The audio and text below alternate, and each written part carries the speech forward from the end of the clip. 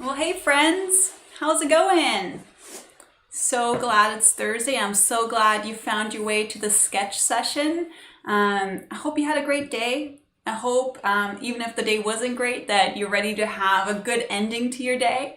Okay, so it's a good sign. I'm seeing myself there. I'm still waiting to see myself over here. So, yeah, okay, great. I see myself on both screens, so we don't have too much lag today.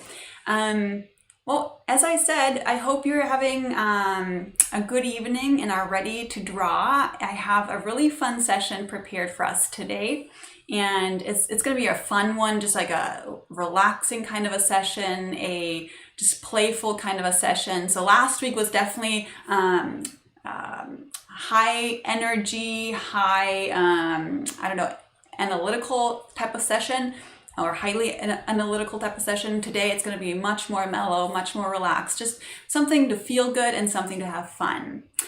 First of all, if you're new here or if you're catching the recording and you're here watching the sketch session for the very first time, welcome. My name is Carolyn Peters and I'm the owner of Cura Studios, and there I teach classical drawing skills. So artists have like a really strong and solid footing to explore their creative voice from. And I offer these weekly sketch sessions as a free service to the artistic community. So you have a place to report to, a place that will make it a little bit easier to pull your sketchbook out, a place that always will have something prepared that you just kind of have to click the button and all you have to do is bring your sketchbook and the lesson will be prepared, the subject matter will be prepared, and it's just my little contribution to keep you being creative, to keep you drawing and do all that good stuff. So the way I do this is every Thursday, I rotate subject matter. So we go from figure to portrait to animal. So tonight's an animal session. And then the last category is always inanimate things. And with every session, as I said, we don't just vary the subject matter, and I'm always the one providing the subject matter for us. I also have a specific focus to the session. I don't think there's anything wrong with just drawing for the heck of it, but I think there is something good, especially if you want to get back into sketching more regularly. It's good to have a focus and to keep your skill level up, and so to practice certain elements of that skill set. And so tonight's focus, so I said it's going to be an animal session, right? So I have hedgehog imagery ready for us. And the focus that I will keep coming back to is, well, with hedgehogs being bristly and all, and having these gazillion spikes on their backs, like how do we imply that in our drawings? And Kija, good. I'm glad that your pencils are almost ready. I have a couple more minutes before we get started. So the question will be, how do we imply texture without being too redundant, without like literally drawing individual hairs? Like if we're drawing a person and we're getting to the hair, we don't want to just like draw individual strands of hair. First of all, it would take way too long. And second of all, it really is not the most convincing way of implying that this is hair. And so I thought hedgehogs are perfect to talk about texture just because they have so much. And again, it's going to be a playful session. The kind of imagery I have prepared for us is going to be very brief images in the beginning, ranging from 1.5 minutes to 3 minutes. And this is just to get warmed up. And then the images will slow down to more like 7 minutes, and the last one's going to be 15 minutes. And then you can play around a little bit with some of the ideas that I'm offering to you tonight. And if you don't want to hear any of what I have to say, that's totally cool. Just click that mute button and enjoy the hedgehogs and draw away on your own. And if you are listening, please feel free to ask questions and comment. And the more you participate, the more fun it is, the more energy we have in this virtual space. And that's pretty much it. So before I switch over to the footage, let me give you just 4 quick tips, 4 little heads up that will be useful as we're kind of thinking about texture. The first thing is texture, like on the whole roster of things that you can think about when you draw, like contours, shapes, form, light and shadow. Texture is at the very bottom rung, as in it's the last thing that you think about in your drawing. It's the first thing that we notice as people and as artists, is because it's on the surface, but it's literally the last thing that we take care of in our drawing. So that's the first thing I want you to think of. So when you start drawing your hedgehog, don't begin drawing individual bristles. Second thing is the best place to imply texture. So rather than putting texture all over, you know, like little spikes everywhere, the best place to imply texture is at the edges. The edges of your shapes, and that can mean the edges of your outer shapes or the edges of your shadow shapes. And so hopefully when we get into the drawing, you'll see me using this idea. The third idea that I wanted to offer to you is that you want to think of creating a shorthand for the texture, especially when you're drawing foliage, for example. Like what kind of a squiggle, what kind of a zigzag can you come up with that will be a quick shorthand to imply that texture with. And a great idea for doing so is looking at other artists. What shorthands do they use? And just blatantly stealing them. Nobody's gonna know. We're all using similar stuff anyways.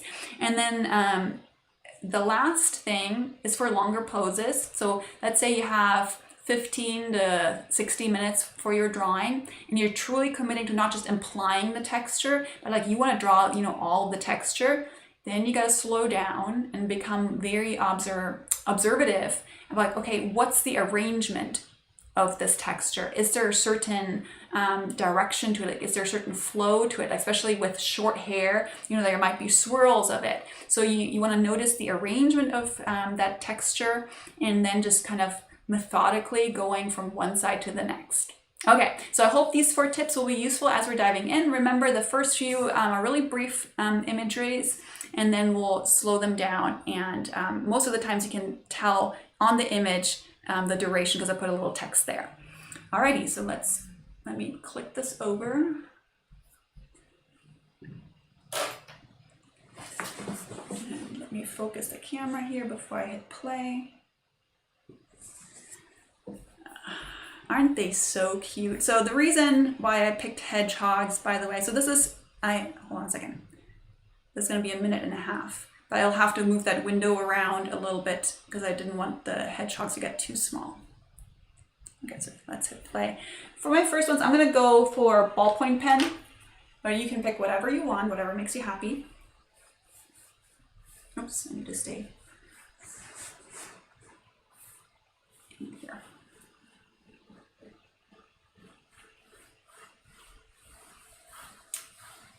So the reason why I picked hedgehogs, that's what I wanted to say, is they make me think of fall.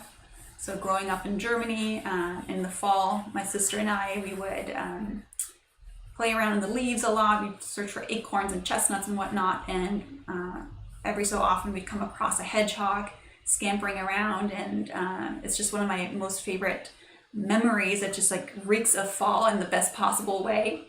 And it's just like, it's a very comforting memory. And I don't know about you guys, but I can definitely use some comfort these days. There's just so much on my mind. And so hedgehogs were just one of those things like, oh God, that's just gonna bring a smile to my face, make me feel happy, and you know, put me in my happy space. So hopefully hedgehogs will do the same for you. So for these really short ones, these warm-up gesture ones, I don't have an agenda. My agenda is to start moving my pencil. So you have 3 minutes for this one.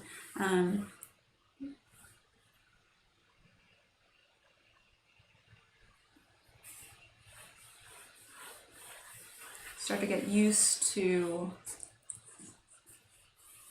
making marks on paper.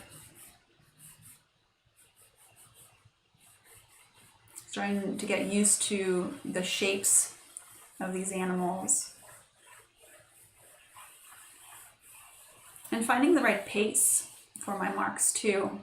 You know, especially in the beginning, I'm often too hectic in my mark making. And so just kind of like falling into the right pace.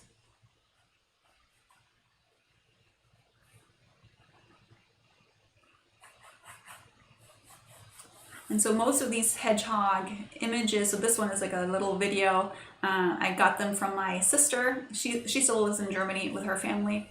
And they had this whole family of hedgehogs in their backyard. And they got some great images. So the videos, they're just, you know, blurry and not that great. But later on, we'll have some really pretty, better quality pictures. And there will be also one video still from a friend's hedgehog. He had a pet hedgehog.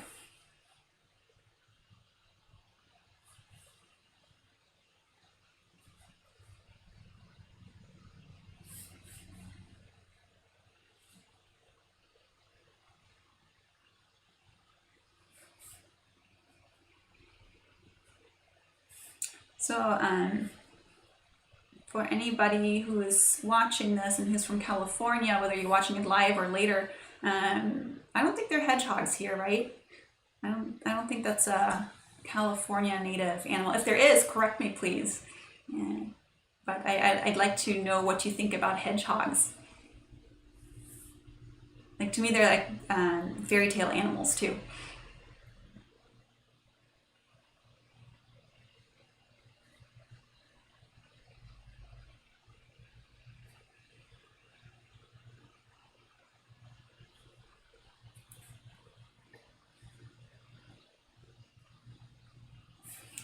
So you can see me already kind of using some of these ideas that I was mentioning earlier. Since I know I don't have a ton of time, I can't sit here and draw individual bristles. So I'm literally just kind of creating a little bit of a shorthand along the edges of the shape, their body shape, and especially on the edge of like where that bristle dome ends and the more hairy leg parts begin. Look at this guy. Isn't he just the best? It'll pause in just a second and then we can draw that still. There we go.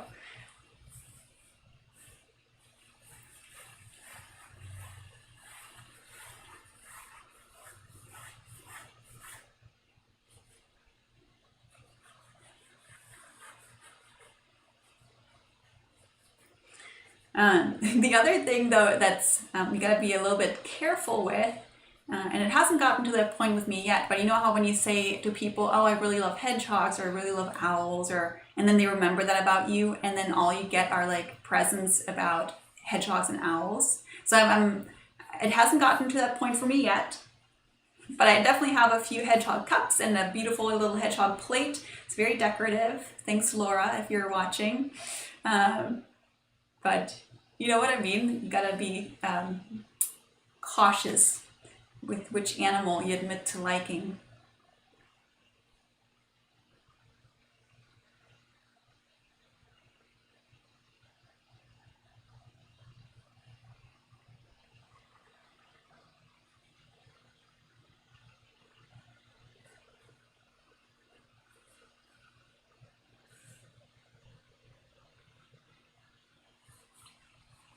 Oh, that was short. Don't run away, Hedgie. All right. So this is my friend's hedgehog. Thanks, Gavin, for contributing if you watch this. And Gavin let me know, so if you want to have a little bit of hedgehog trivia, that they're nocturnal and they would often travel miles and miles in one single night to forage for grubs and worms and whatnot. That's what they eat, snails too.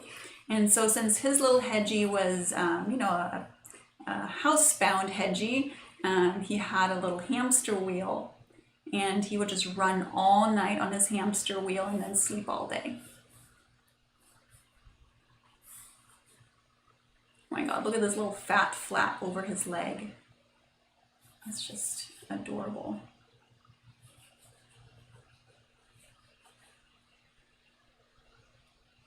So when we were kids and we would find hedgehogs, Oh, by the way, let's see. I want to show you how much time you have for this one. 1.5 minutes, so very short. So if we would encounter hedgehogs when we're playing in the leaf piles, we would always bring them some cat food out. They love cat food. God, I'm drawing like way too slow for these. Okay, finally, things are gonna slow down. Get a fresh sheet of paper.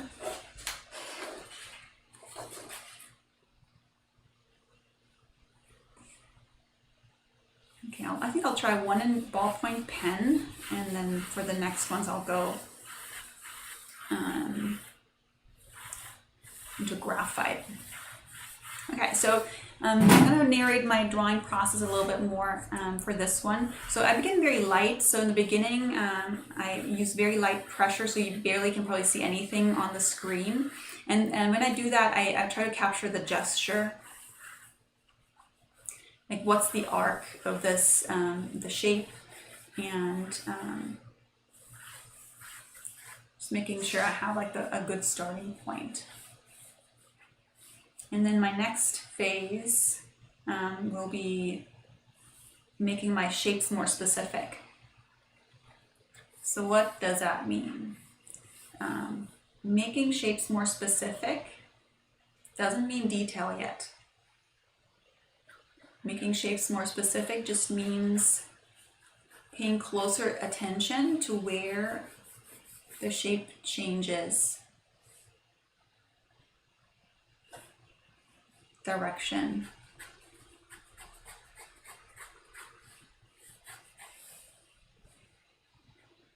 And breaking your shape into angles is a really great tool to get more specific.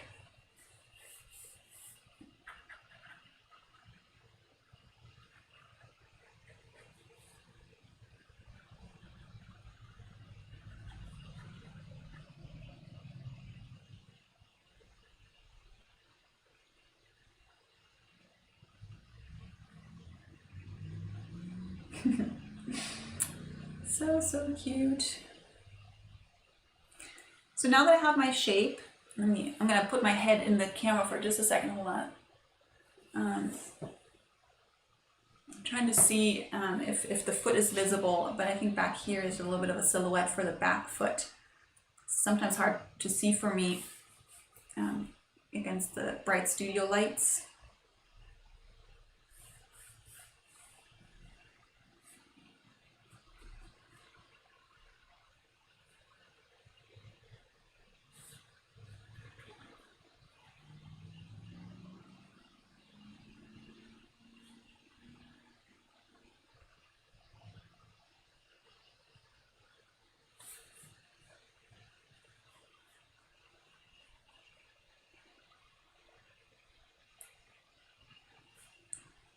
So I'm carrying, like I'm drawing one side of the eye, I'm carrying that over, making sure that they're aligning with each other.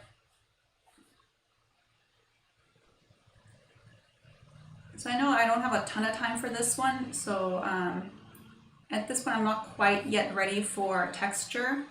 If I do imply it, again, I'll apply it on the edges. So you see where the fur changes and the bristles begin. I might create like this idea that these are long, wispy hairs. And you'll be surprised with how little you have to do. You don't have to be very explicit in implying texture. Like, actually the viewer will be grateful to fill in some of the information for us.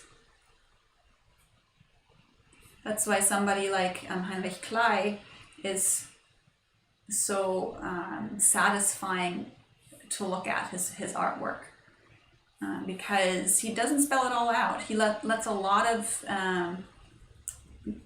it be filled in by the viewer's imagination. Another person who's really great, who I love to look at for animal drawings, and I don't know how to say his name right, so I'll put it in the chat later or in the comments at the end of the video. It's a Belgian guy. His name is Rien Portvliet.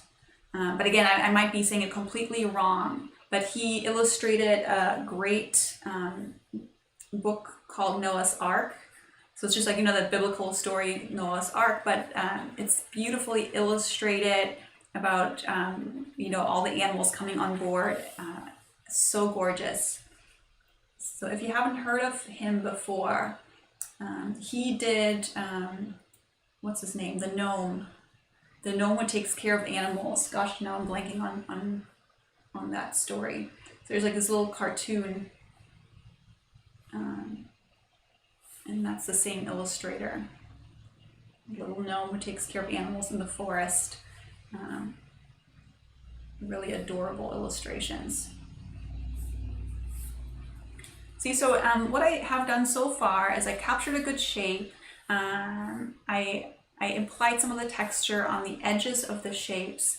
I created a little bit of a shorthand. Okay, bristles to get kind of like the zigzaggy thing. You don't want to get too repetitive though, you know, like you want to have it be organic. And I'm starting to put in some values. And if I knew that I had more time on this pose, I would then start to pay attention. Okay, so what's the streakage, for lack of a better term? Like if I wanted to put texture in the middle of my shape, I'd pay attention. Okay, what is the direction of the coat? And then I'd commit to implying that crisscrossy. Crisscrossy, that's a technical term, by the way. So if you haven't heard of that one, all the great artists used crisscrossy.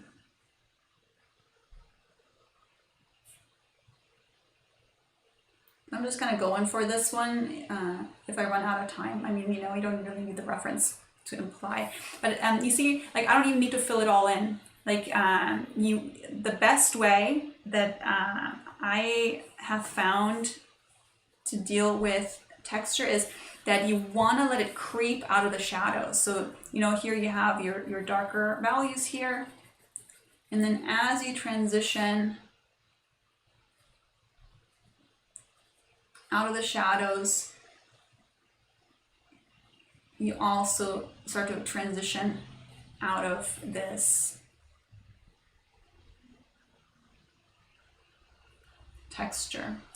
And don't fill it all in. Again, if you do want to fill it all in, you need to have a ton of time, and you need to commit to just going slow and methodically. Because if you rush it, then it'll just look half-assed.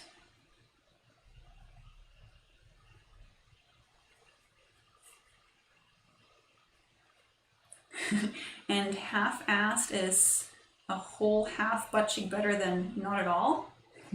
And I stole that. This is not my brilliant comment. This is from somebody I follow called Laura Belgray. But, you know, if you're going for full-assed, then you need to slow down. Okay, 8 minutes on this one. You know, I can make this one a bit bigger, I think. Oh, hello.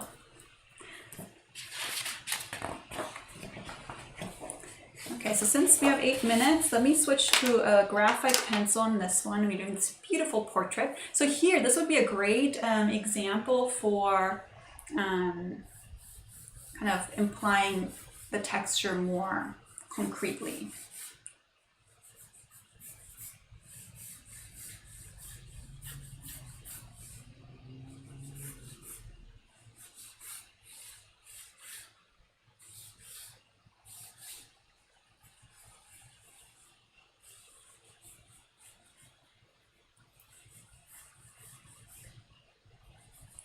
So if you're catching this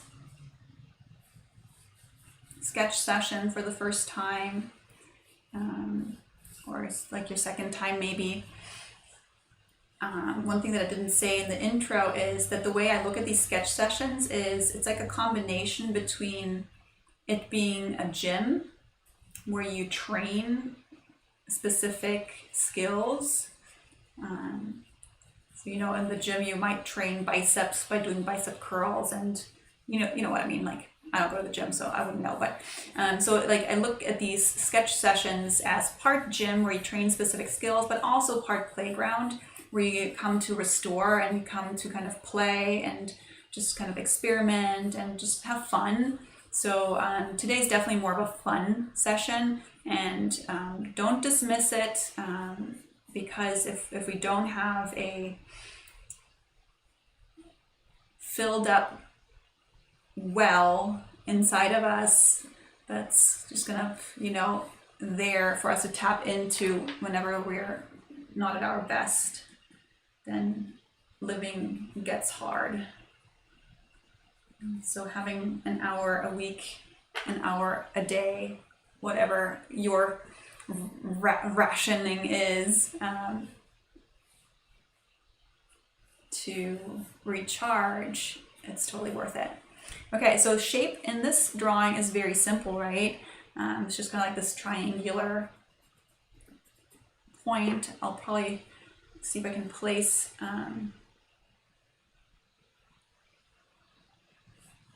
features.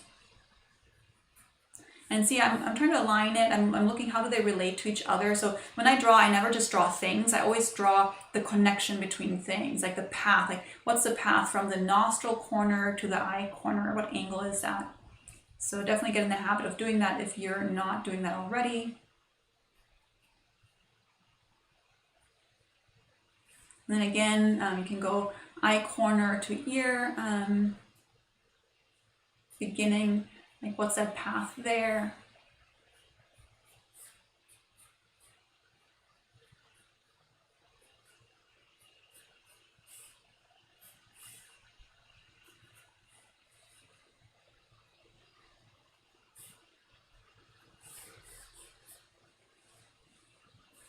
Paying attention to, is there a significant light shadow change?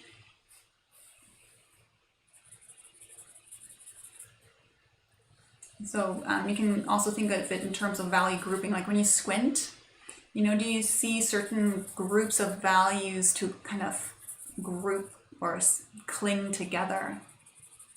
So again, you got to squint and zoom out. What's happening with the value when you do that?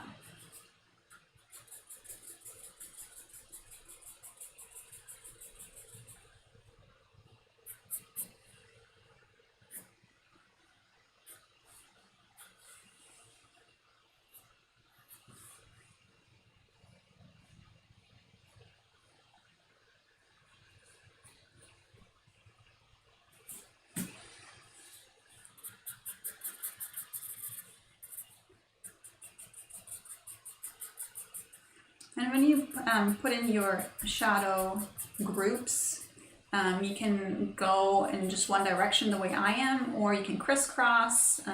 You just got to pick one.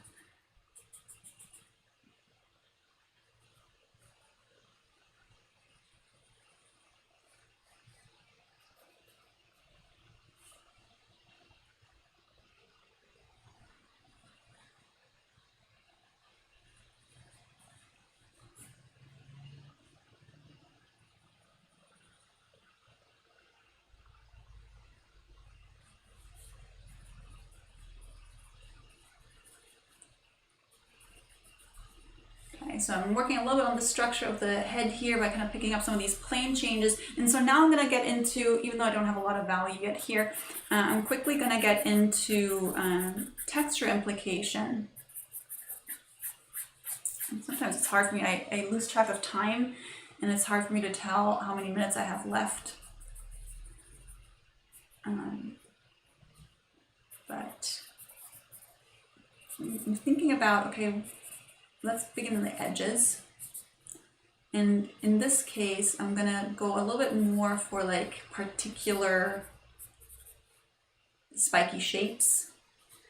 I'm not really copying them though, but I'm kind of looking at what does it look like, and what directions do they take, and then basing my mark on that. So I began at the edge again. So now here I'm finding another edge. So the edge between forehead, where you have more like bristly fur against the bristles themselves, the pins. I start implying the texture there. So again, here we have a meeting point between the hairs behind the ear.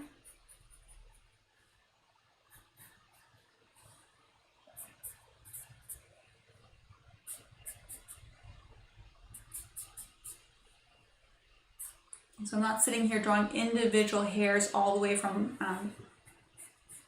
beginning to end. I find the end pieces. And especially with hair, the more of a fine point you have on your pencil, the better.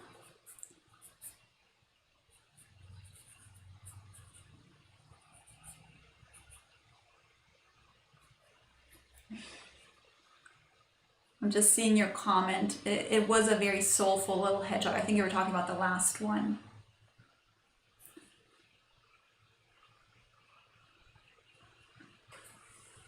Okay, so you see, I feel like you get a sense that this is hair and then something different is happening here. Okay, let's see. I'm gonna put them right here. Let me see what time frame I have on this one. So this is 7 minutes, okay. Let me make this a bit larger.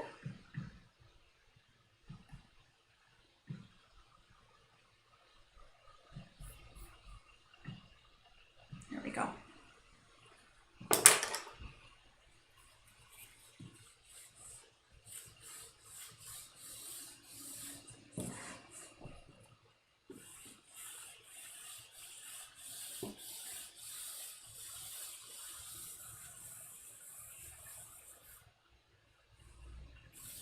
So again, I begin simple. I begin with a gesture, kind of what's the overall.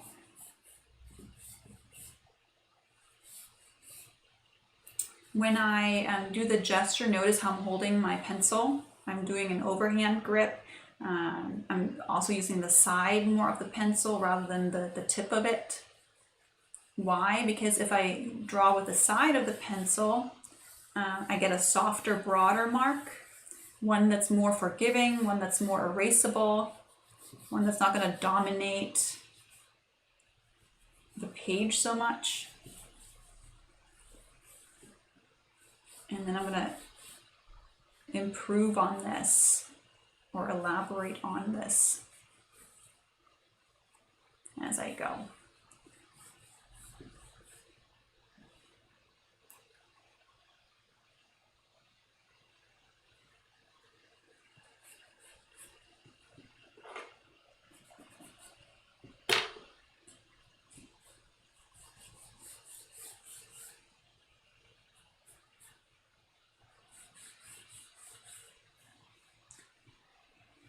By the way, also, if you ever have any requests for animals that you want me to create a sketch session around, I totally am open to requests.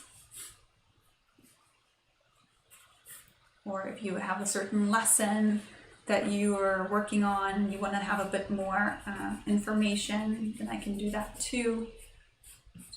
Whatever is on your mind, put it in the comments or connect with me on Instagram. Okay, so see, I have my under drawing laid in now. It's light enough, I can still erase it, I can still move things around. And so now I'm going to work a little bit on the head structure.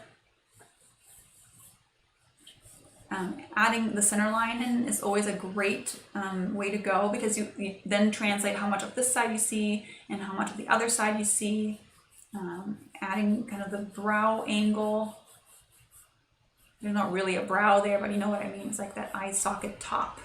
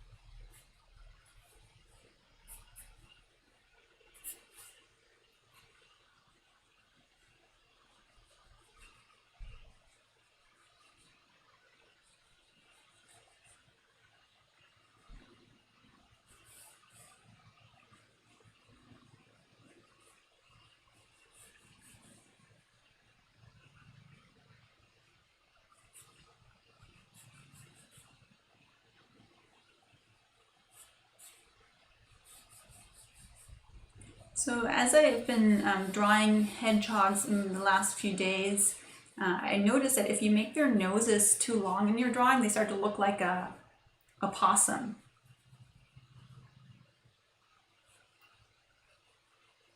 So I wonder if they're related. I should know this, but I don't.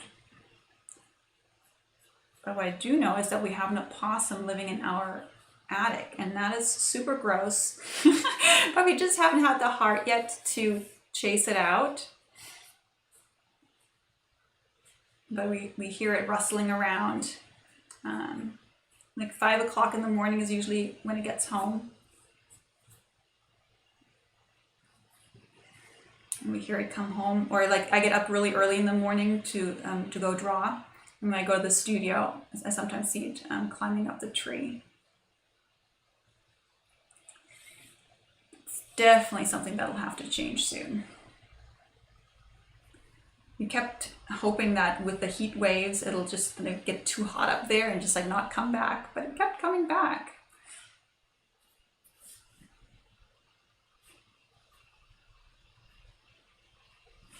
Okay, let's snap to and get some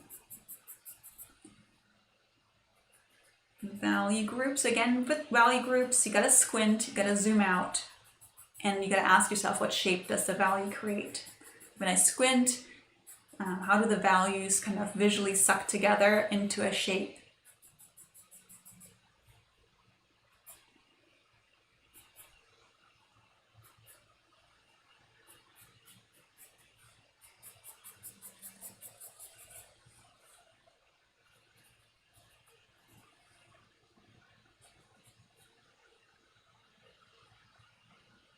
Again, as I'm working on these shapes, I'm thinking about the edges. The edges is where I want to get that feeling of texture. So I'm intrigued by these long hairs that kind of join the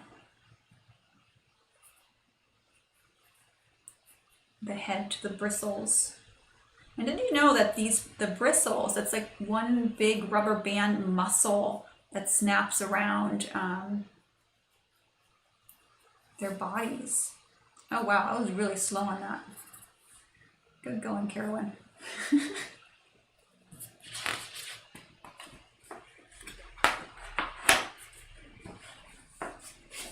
So this one, let me see, this one is 12 minutes.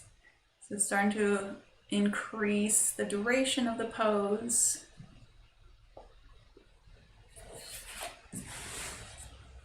And then the last one will be 15 minutes.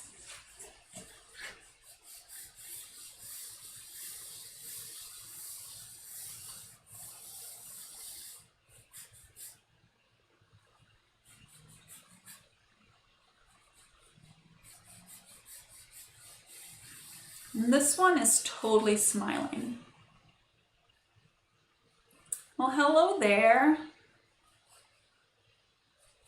I'm glad you think that they're cute. Is it Anna? Did I say that right?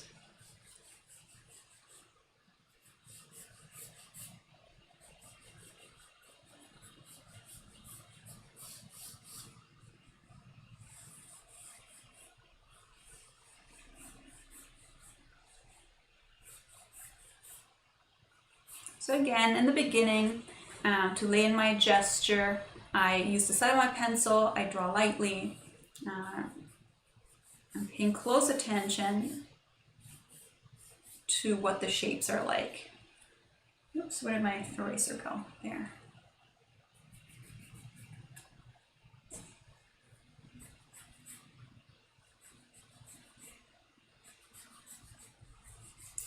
Once I have my gesture down, I transition into making my shapes a bit more specific.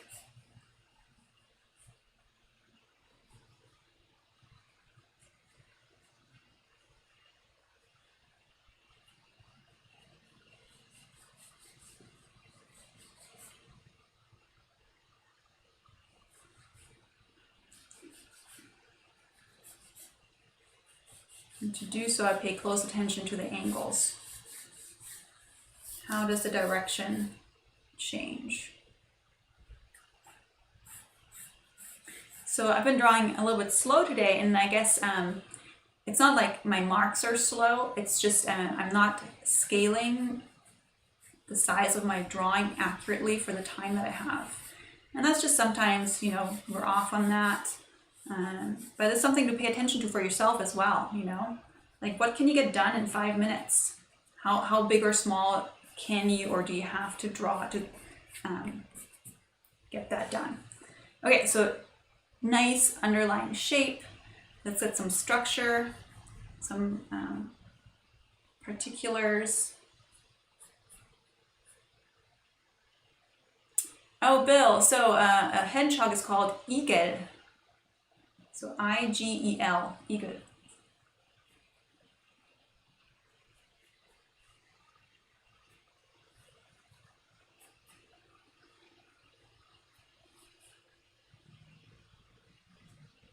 So here's something you can do, like if you always feel like I never have the eye in the right position, you can do what's called triangulating. That sounded weird. You can do, it's called, I guess that's how you say it. So you can triangulate, how about that? So, and what that means is like you pick 3 points. So right now I'm looking at the mouth corner, the nose corner, and the eye corner, and you can visually create a triangle between those 3. And then you can check in your drawing if you have that kind of a triangle. You can literally draw the triangle somewhere. For me, I just kind of draw it in the air and kind of touch down on the points that I want. And that is like a really nice way of kind of inching your way to a better placement for the features, so they feel like, you know, they're in the right spot. Ollie, and aren't they the best? I know. And they're so lucky, like the kids, they were able, my sister has 2 boys, they're able to, you know, stand right there. Actually, they sent me one picture where one of the hedgehogs was climbing on my nephew's foot.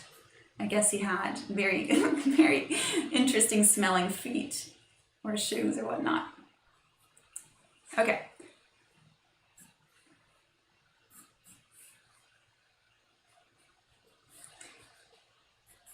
I want to make sure that on this drawing I get to some of the texture. So I'm going to stop with the face.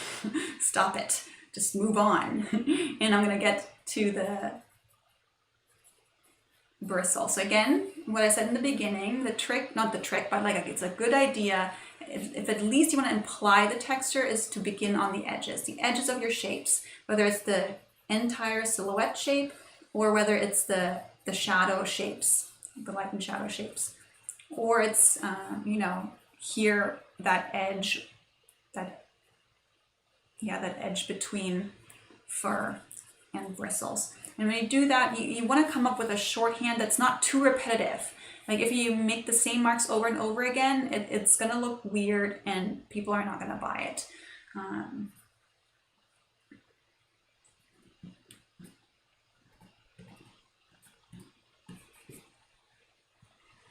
And then if you have extra time, let's go for some of these hair swirls here. So now I'm going to commit, okay, I'm going to commit to having to do the whole area. I'm going to organize the direction.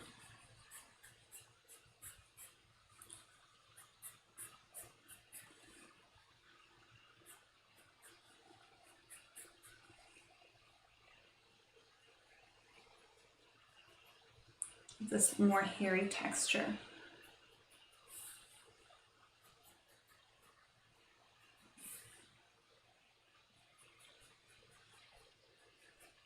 And again, the trick is to find a nice balance between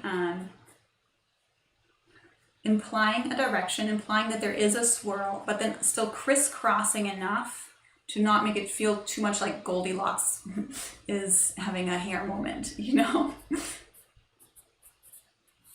So again, here at the edges, implying the hair on the edges here too.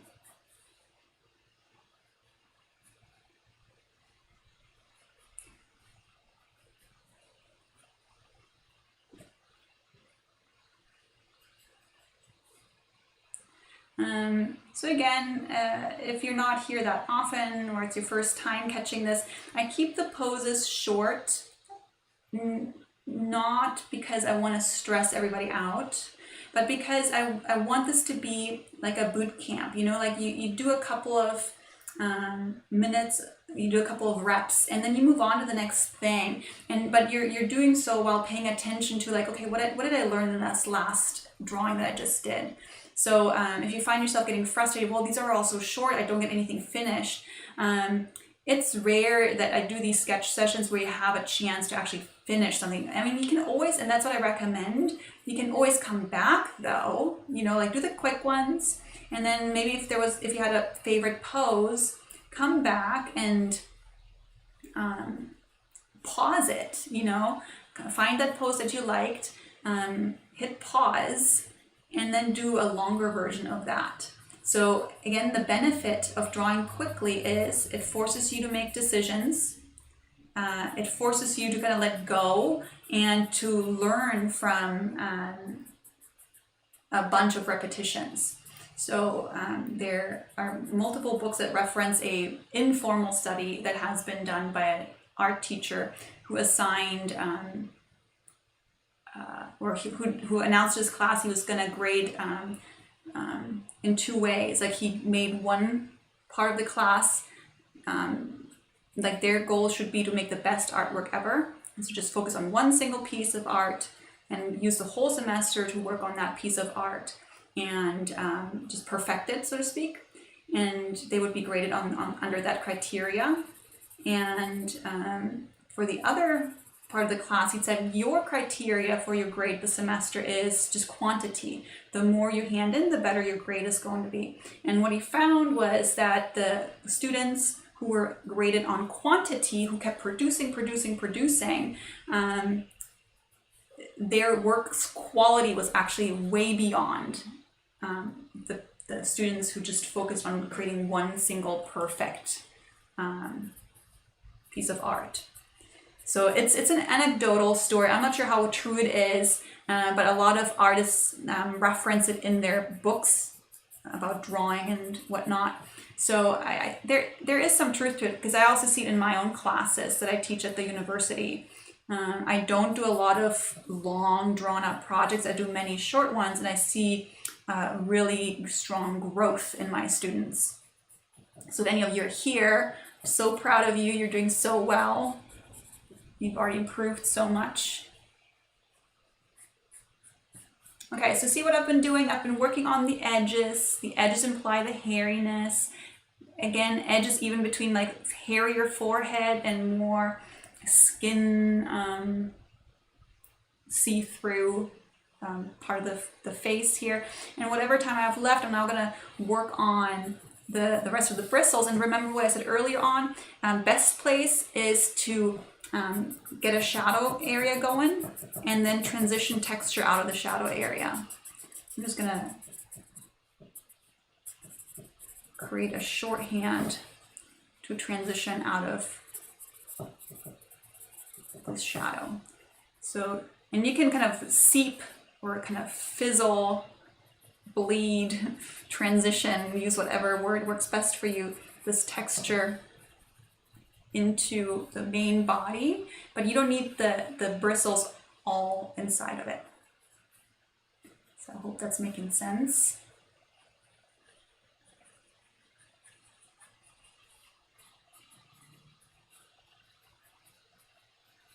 And there is no one way of drawing any texture. So if you're thinking, oh, I need to have just the right pattern to imply bristles, you can draw this drawing 2 or 3 times and creating different shorthands every time around. And they'll still look bristly. Some will look more like softer bristles. Others will look more like pointier bristles. So,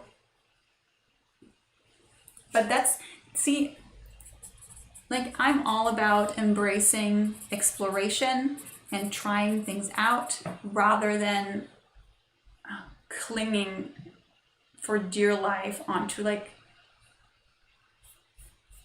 one perfect result, because I want to know what else is possible. All right, so this is your last. God, this one is cute. Look at that guy. Yay. I'll have to come back and finish the foot though later, because I do like this one. So this last pose is 15 minutes.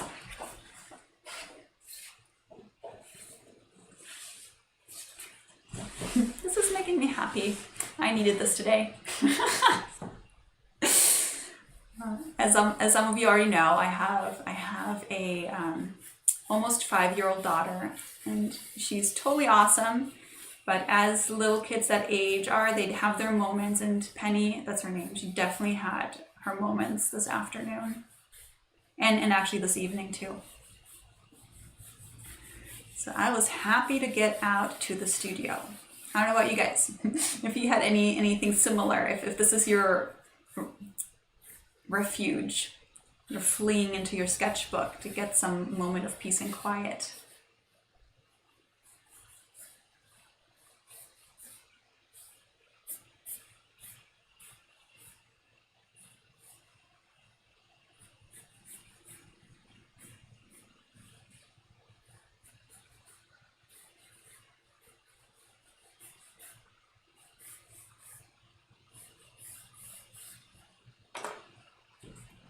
So as you can tell, and when I begin, I start loose, but then as I get a little bit more clarity on, oh, it's actually this, not that, I do like to take out the lines that are not where I wanted them to be.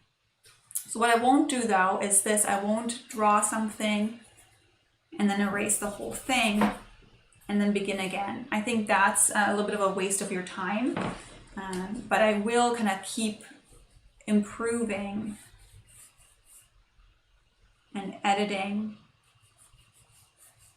as I go, so I don't get confused. Oh, not this line, but the other one. Just more like a way of saying organized, if that makes sense.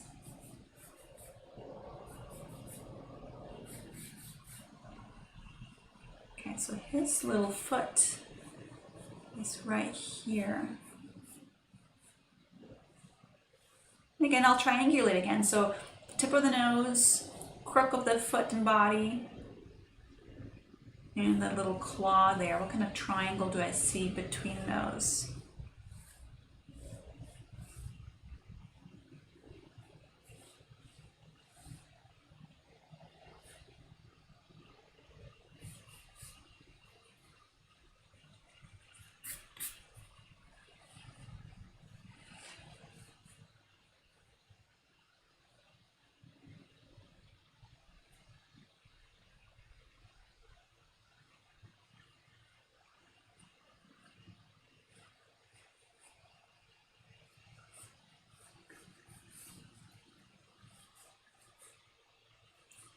So again, one of the things I said in the beginning about, it's too dull, in the beginning about texture, now remember it's one of the last elements that goes into your drawing. So I've been kind of pushing my timing of when I'm introducing texture, just because, you know, the poses are so short. Oops, I need to get my head out of here.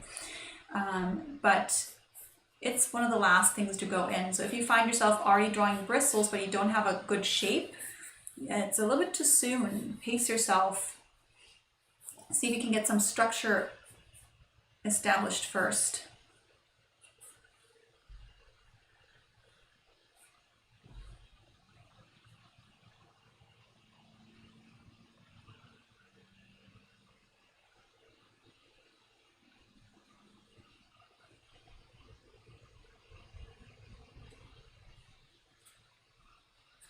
I'm trying to place that eye. Trying to see if there's a good triangle I can use.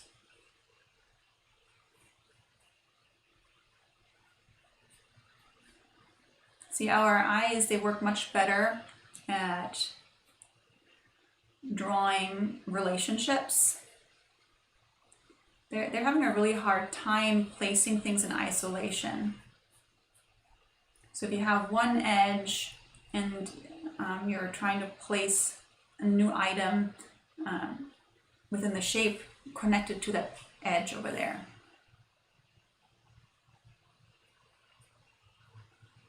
like comparing. It's all about comparing from the corner of the eye to the beginning of the ear, that jump, compared to from the corner of the eye to the edge of the head. Like, how are they different? How are they similar?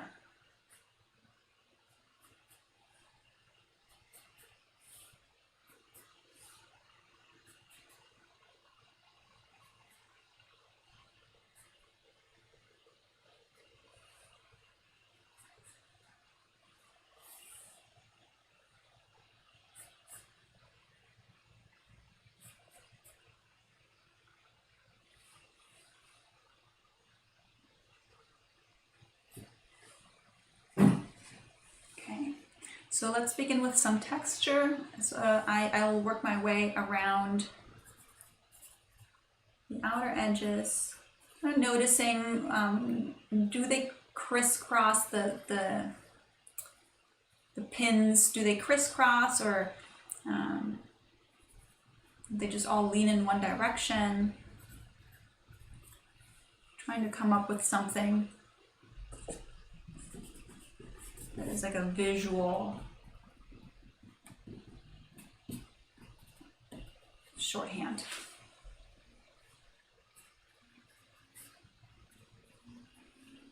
And the good thing in working this way is you can always improve on this. Like, you know, if you end up having more time than you thought you did, you can always add more.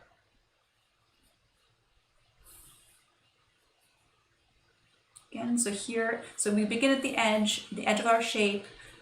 Here's another edge where the hair meets the pins. Here's another edge, forehead, where the pins are sort of grow out.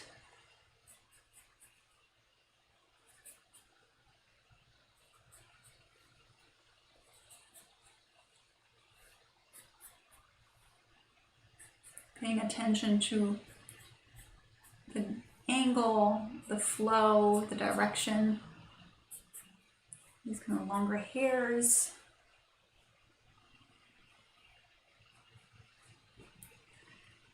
Also my underdrawing.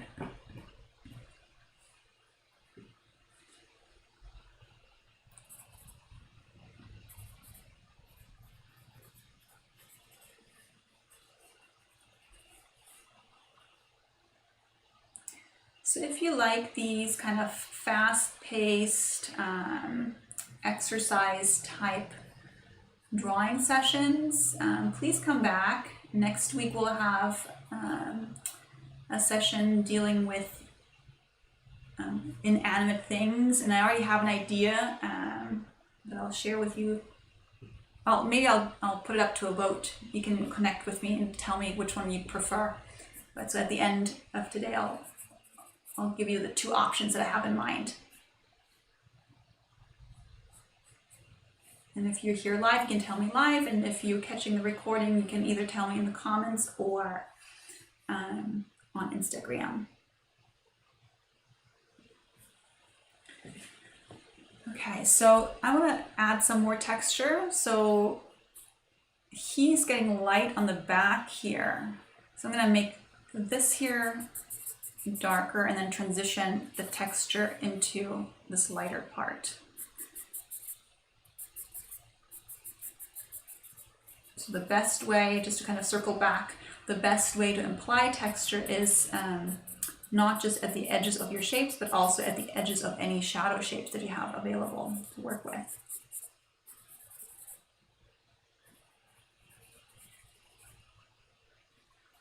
So meaning in the shadowy, in the more shadowy areas, and in the areas where the shadows transition into the lights, that's where you put more of your shorthand. And again, you gotta be careful, just like with me, I'm getting too repetitive. It's all in the same direction. It usually doesn't work that well. So I'm not liking this one as much, not yet. It's not done until it's done. That's the thing with drawing. Don't give up preemptively. Don't start erasing. You drive it. You keep going on it until until it's over. And either it's over because you were able to pull it out of the ditch, or it's over because, you know, you drove it into the ditch and it's stuck there forever. And then if that happens, then that's not a big deal either, you know, then you pat yourself on the back for like, dude, I stuck with it. Good job. You carried it through to see what's going to happen. So you always want to be on your own side. Like, you don't want to be the jerk who tells yourself like, oh, well, that sucked. You know, there are enough jerks out there doing that already for us. So be on your own side. Pat yourself on the back.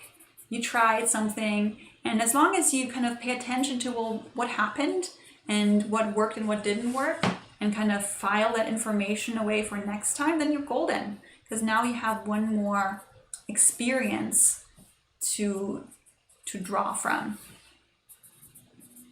Because with growth, especially with art, that's kind of what I can speak to with authority. Growth only happens from experience, not from thinking about it. You can read as many art drawing, you can read as many drawing tutorial books as you want. They're not going to make you draw any better. You're only going to start drawing better if you actually put it into action. So yeah, that's not half bad. Let me see if I can get to some of this hairy texture here. So again, I'm beginning at the edges. I said it earlier, I'll say it again. Especially with hairy textures, you want to have a razor sharp pencil. So I like using sanding paper, having that near me. And when I teach and I need to quickly resharpen my pencil, I'll just use an electrical pencil sharpener that I have next to me. So I can just kind of jam that pencil in that sharpener, get a new fresh point on it.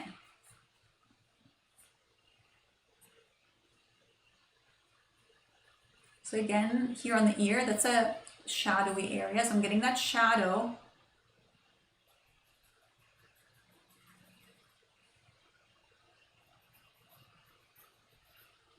And then I'm working on the edges of that shadow. That's where I want it to feel like hair.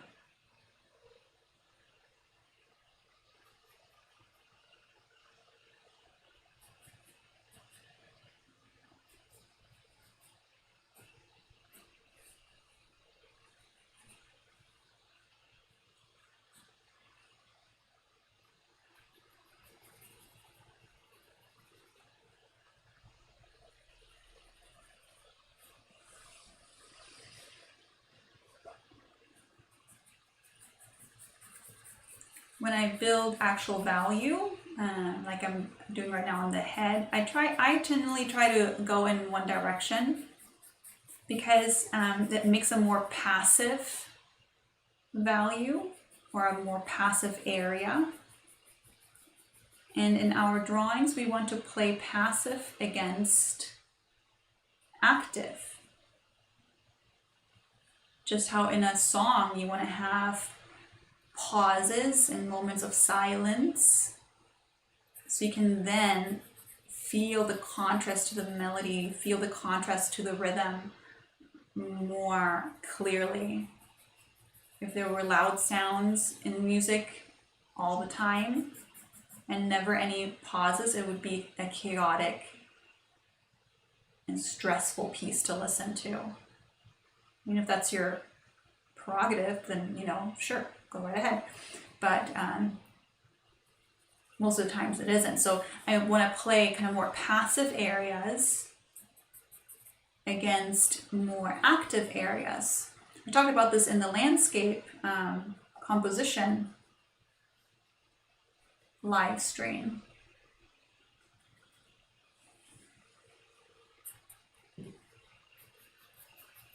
And where you put that activity, that's where people will look. It'll start to create a little point of attention, a focal point is what it's called. So when you put texture, put it down mindfully, put it in areas where you want people to start looking. If you kind of messed up in one area, try not to put texture there, because, you know, it's just going to draw more attention to it. Alrighty, well, this was this was the end of that. Let me just add a little bit more of an accent here. Hold on, I can't rip myself away quite yet. Okay, fine, I'll stop. No, I won't. Yes, I will. All right, sorry. Okay, let me change over, and I wanted to tell you a couple things. Where's my button? Where's my mouse? There. All right. Well, I hope you got refueled by the cuteness of the hedgehogs as much as I did. I had a good time, and I'm so glad that you were here to draw alongside with me. It was good to see you in the chat. Oh, you know what, Bill? Thanks for asking. And no, I did not. You know, I rewatched it just the other day, and it's actually not that terrible, but I will definitely circle back around to that lesson. Not anytime soon, but it's gonna be on the future roster of sketch sessions, and I'll just do a new set of images. But yeah, I rewatched it, and like, you know, you can follow along still fairly nicely. So what I wanted to say is to wrap this up, let's just review. When you draw something that has a lot of texture, you need to bide your time. Texture comes last in your drawing process. So that's the first thing to remember. So you need to have your good shapes, your good form, your structure and your details in place first. And then the second thing, when you do start to imply texture, depending on how much time you have per pose, if you have only 5 minutes, you only imply it quickly on the edges of your silhouettes, the edges where you have the texture. If you have more time, that kind of goes into the next point that I have, you want to look to what kind of pattern is it creating? Is there sort of a direction that it's flowing in? And then you just want to slow down and become more methodical with your application of whatever shorthand it is that you're coming up with. And that shorthand, try out different versions. There's not just a single way of implying one type of texture. You can imply hedgehog bristles many different ways, as you saw tonight. So try it out and see which one you like the best. And that's pretty much the 4 points that I wanted to mention. And for next week, you can give me a vote now. Next week, what I was thinking, since it's inanimate things, I have 2 things. So it's October. Some people do Inktober, some people do Arttober. One year I did Octobear, where we drew a bunch of bears every day of October. And my husband this year is doing Inktuber. So he's drawing a bunch of tuber fruits, vegetables, whatever. And so I was gonna make a lesson on root vegetables like radishes and maybe sweet potatoes. And I know if you're thinking, well, Carolyn, if I want to draw potatoes, I don't need you to draw potatoes with me. Hear me out on this. I would have a really good, strong lesson for you. The strong lesson would be cross contours and contours. So we'd focus just on line, and we'd make it fun like that. So that's one option. And if you're totally not into that idea, then the other option I have is weeds. I have some beautiful thistle imagery, and I'm just totally drawn to weeds. They're, I think, quite beautiful. So that would be the other one. And again, on that one, we'd focus on contours. So either way, we'd either work on cross contours or on contours. And so if you're here still, you can vote on it right now. If you're not here and you're catching it after the fact, just put it in the comments or hit me up on Instagram. So you can DM me on Instagram at Kira Studios. And by the way, I want to see your drawings anyways. So if you want to tag me in your drawings on Instagram or Facebook, I don't know if you can tag people on Facebook, but just at Kira Studios. And last but not least, if you're not an insider yet, you want to become a Kira Studios insider and get on my email list. I'd love to chat with you more like we're best friends, and that's what I do in my weekly emails. And when you sign up, you get a free tool guide right now. So I made a pen and ink tool guide this month, and you can enter your name into my email list, and you'll get that. It's an 11-page tool guide on what pen tools are good for what, and you'll get great value from there. And yeah, so let's see. Oh, you like the root idea? Well, that's good. Leanne, yes, radical radishes, very awesome. Weeds with cross contour. Chris, let's not get ahead of ourselves. So I'll keep the suggestions or the votes coming in, and I'll announce it in the newsletter what we'll end up drawing. But either way, it'll be fun because you'll be here, I'll be here. It'll be fun, and we'll have a good time. And so until then, share your drawings with me, and I'll see you then. Take care. Bye.